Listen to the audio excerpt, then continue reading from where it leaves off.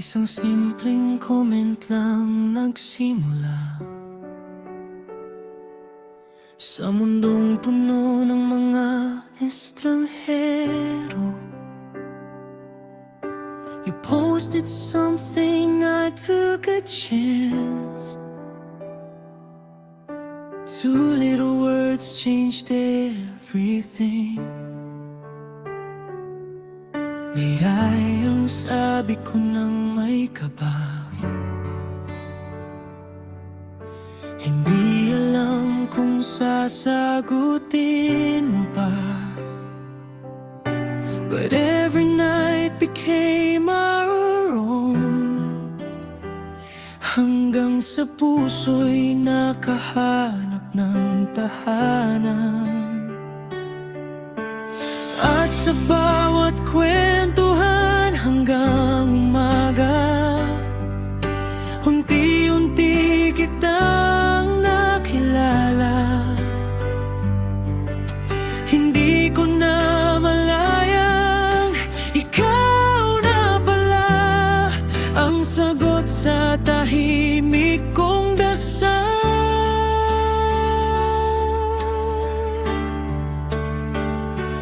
Oh mama, 10 taon na tayong magkasama sa gitna ng unos, hindi tayo bumitaw.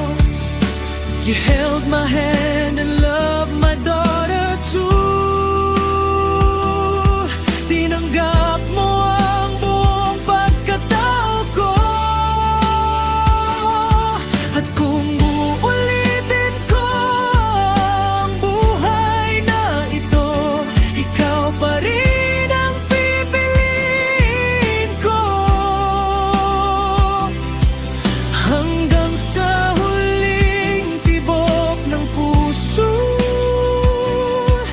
ma'am, ikaw ang aking tahanan.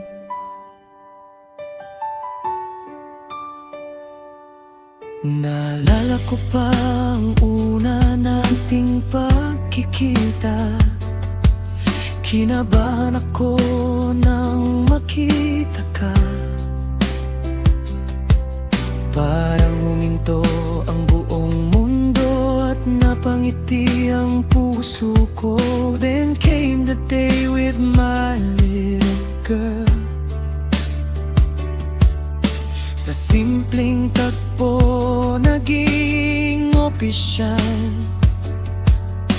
You loved us both without condition. Doon ko nalamang ikaw na talaga.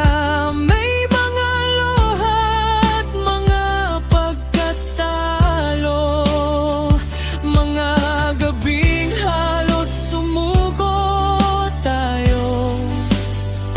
Pero sa bawat bitak ng ating kwento, mas tumibay ang pagmamahalan natin.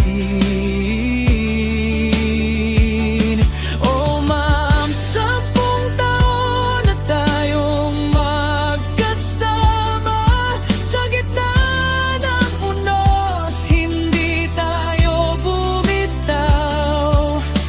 You held my hand and loved my daughter too. Tinanggap mo ang buong pagkatao ko,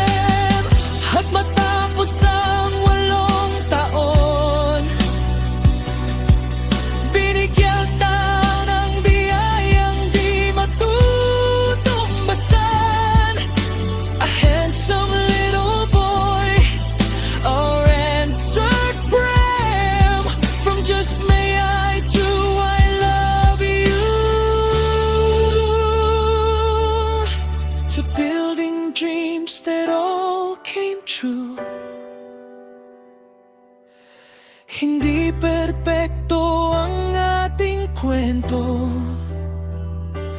pero ito ang pinakamagandang himala ko.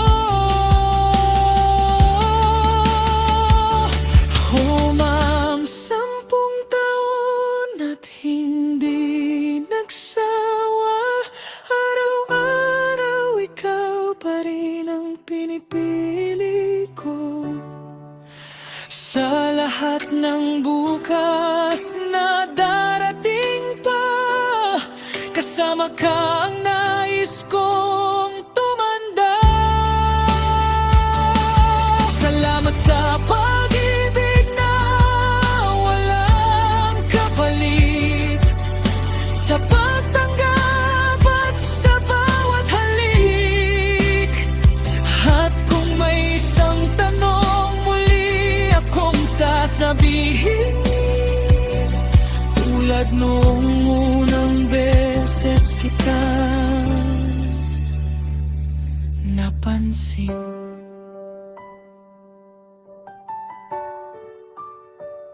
Ma'am, may I have your heart for the rest of my life? At sa bawat buhay na ipagkakaloob ng Diyos,